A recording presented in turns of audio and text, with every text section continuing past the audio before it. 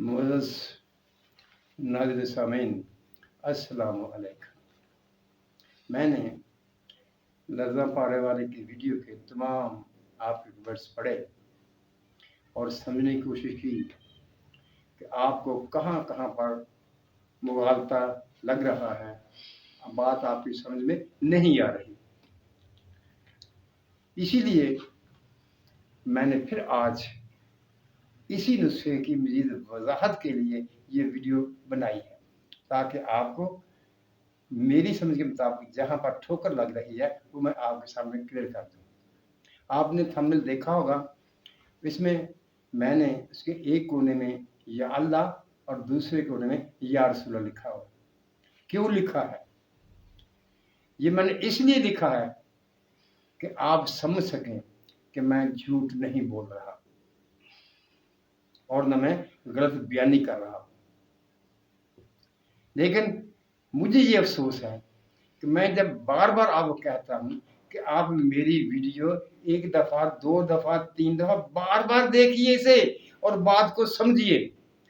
अगर आप बात को पहले समझेंगे तो फिर उसके मुताबिक अमल करेंगे तो किसी नतीजे तक पहुंच सकेंगे, नहीं तो नाकामी। मैंने जो आपके कमेंट्स पढ़े हैं जिसमें कुछ दोस्तों ने लिखा कि ये जब जम जाता है। भाई मेरा बनाया हुआ नुस्खा है और ये दूसरा असल में मेरा नहीं था, मुझे किसी से मिला था और वो अब इस जहान में नहीं रहे। उन साहब का नाम अल्लामा अहमद सईद चित्तौड़गढ़ी था और जब मैंने ये नुस्खा बयान किया तो अल्लामा साहब के एक अजीज ने कमेंट में बाकायदा ये बताया था कि ये नुस्खा अल्लामा साहब का ही है और ये नुस्खा ठीक है। उन साहब का भी ये कहना था कि अल्लामा साहब ने मुझे बताया था, ये तस्दीक थी, ये नुस्खा अल्लामा साहब का था, सही था, जो उन्होंने मुझे बताया था और उन साहब को भी पता था।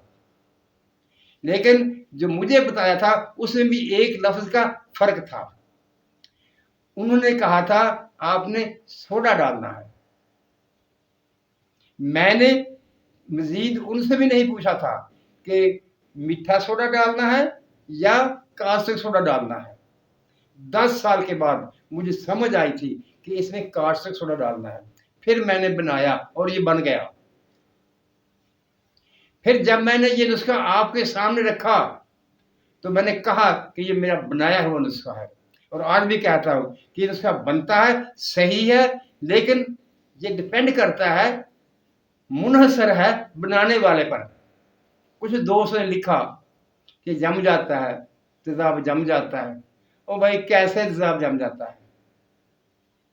आपने ये नहीं देखा कि मैंने कहा था कि जब तेजाब गंधक कास्टिक सोडा या कास्टिक पत्ती को खाना छोड़ दे तो आप बस कर दे। आपने ये देखा कि मैंने 1 पाव वजन कहा था। 1 पाव वजन जरूरी नहीं है कि आपने साहब के सारे का सारा कास्टिक सोडा डालना उसमें। आपने सिर्फ उस वक्त तक कास्टिक सोडा डालना है जब तक कि वो तेजाब गंधक जिसको खाना बंद ना कर दे। जब वो खाना बंद कर देगा तो आप इसे एक रात पड़ा रहने देंगे, सुबह तेजाब को निथार देंगे और जो तेजाब ऊपर से निथारेंगे उसमें पारा पकाना है। जबकि एक साहब ने कहा कि मैंने ऊपर तेजाब निथार कर उसको ज़ाया कर दिया, वो जो नीचे बैठा हुआ कासुल है मैंने उसमें पारे को पकाया। यार कैसी बात है? मैं आहिस्ता आहिस्ता से बताता हूँ और रिपीट करके बताता हूँ कि कैसे करना है। फिर भी आप एक और राह ले लेते हैं। अब फिर सुन लीजिए, आपने जितना तेजाब लेना है ले लें, जिस कदर आपने कास्टिक सोडा लेना है ले लें, कोई मतलब नहीं है। आपने सिर्फ ये करना है कि तेजाब गंधक में वो कास्टिक सोडा छोटे छोटे टुकड़े डालना शुरू कर देने हैं, वो खाता जाएगा। उसका म्यार ये है कि जब तेजाब गंधक कास्टिक सोडा को खाना बंद कर देगा तो आपने और कास्टिक सोडा नहीं डालना, रात को पड़ा रहने देंगे। ऊपर से तेजाब निथारेंगे और इस तेजाब में आपने पारे को डालकर पकाना है। ये है कुल बात।